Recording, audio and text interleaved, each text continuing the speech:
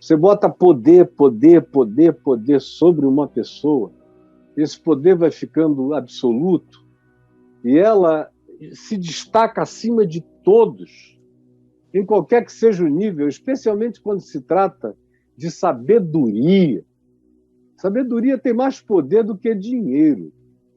Se uma pessoa muito sábia, muito culta, seduz o rico e seduz o pobre, seduz.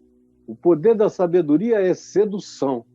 A sabedoria mal usada perverte o mundo e cria caminhos de degeneração que a gente não imagina pela astúcia.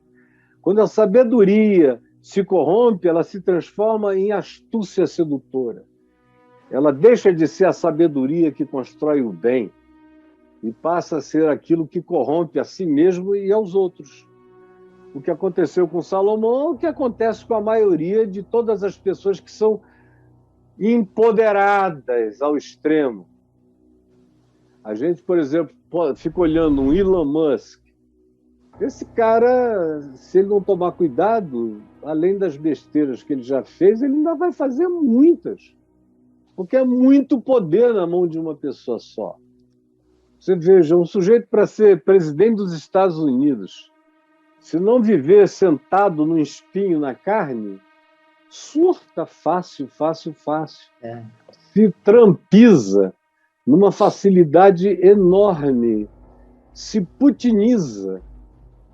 Esse presidente da Rússia, com poder absoluto, um autocrata que pode tudo, não tem como o cara não se putinizar. E não tem que ter alternância de poder, ele pode manipular o sistema para ele continuar para sempre. Aí se putiniza. A continuidade de poder tem um poder quase absoluto de degenerar o empoderado.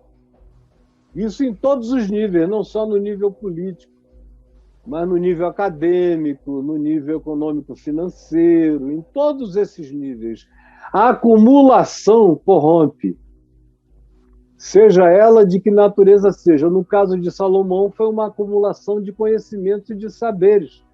O cara era um Newton, um Einstein, ao mesmo tempo que ele era um Franz Crick, ao mesmo tempo em que ele era um gênio da botânica, ele era um gênio de outras especialidades, ele era um cara polimorfo.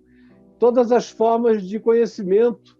Ele metia o dedo e ele sabia, ele discutia qualquer coisa com qualquer um, e ele embasbacava o mundo inteiro. Todo mundo sabia menos do que ele era o Google planetário.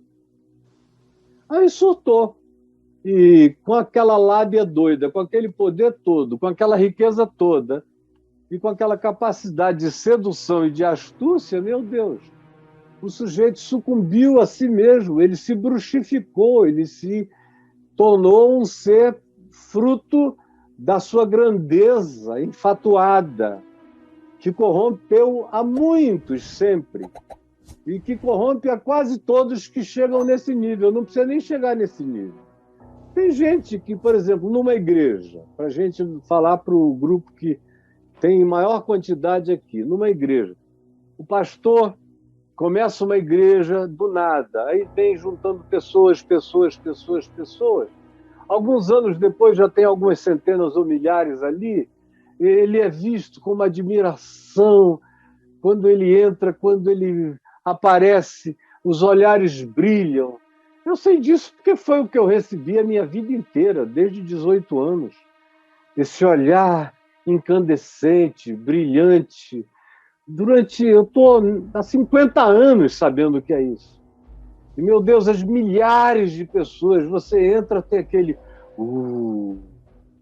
Se o cara não estiver com o coração em Deus, todo dia, sabendo que ele não é nada, ele é só um vermezinho, que um peteleco acaba com ele, que o que tem de bom nele é graça, é favor imerecido, é dom de Deus, não foi ele que produziu, foi dádiva. Se isso não for recorrentemente praticado e lembrado como quebrantamento, o cara surta suave, sutilmente, Às vezes ele próprio nem percebe, mas quando ele vê, ele já está longe do caminho. Está longe. Se distanciou da vereda e nem notou.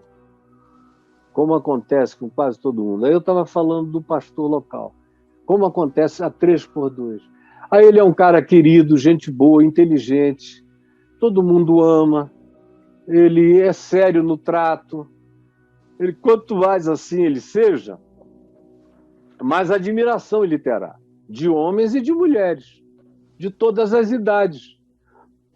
Então, os momentos frágeis da vida dele, os momentos de fragilidade emocional, afetiva, de cansaço, de burnout, de estafa, ou de fadiga, ou de encheção de saco, ou de opressão demasiada da tarefa, do trabalho, disso tudo, vão criando no coração dele aquela autoindulgência.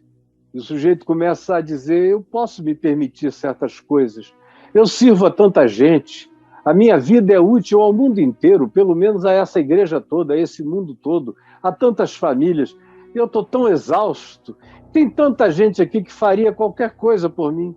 Se eu chamar e disser, posso ir à tua casa para uma moça solteira ou divorciada ou jovem, ou seja lá o que seja, eu posso ir até a tua casa tomar um café? Ela vai querer que eu vá na mesma hora. Se eu chegar lá e disser, eu estou tão cansado, e ela for uma massagista, e eu disser, você podia fazer uma massagem em mim? Ela vai fazer, e se eu for 4, 5 vezes, vai ficar íntimo, e se ficar íntimo, a gente vai acabar rolando na cama de massagem. É a coisa mais natural, mais fácil, mais simples de acontecer na face da terra. Acontece com pastores, com sacerdotes, com políticos, com médicos, e não precisa ser ginecologista, basta criar uma dependência paciente-médico, paciente psicoterapeuta, paciente psiquiatra, as figuras maiores, mais científicas, ou mais sabedorizadas, ou mais entendidas, ou mais poderosas, ou que sejam detentoras de conhecimentos, ou de informações, ou de poderes especiais, fazem isso com naturalidade, porque já existe essa atratividade, essa magia, esse encanto já está construído. E no caso de Salomão, meu Deus, era juntar uma fome tremenda, uma fome horrorosa, de volúpia e de eroticidade que foram crescendo no coração dele, uma vaidade imensa, arrogância, soberba, com a certeza que ele tinha da genialidade dele, que superava a de todo mundo, juntou isso tudo, virou um pacote de feitiçaria, de auto-engano horroroso. E eu só estou aqui te contando que, com a linguagem um pouco mais baseada na minha experiência de 50 anos de ministério, assistindo em volta de mim e assistindo dentro de mim, e conhecendo as Escrituras e a história humana, eu estou te dizendo, em resumo, o que a própria Bíblia diz no segundo livro de Samuel, no primeiro livro de Reis, acerca do que aconteceu com Salomão.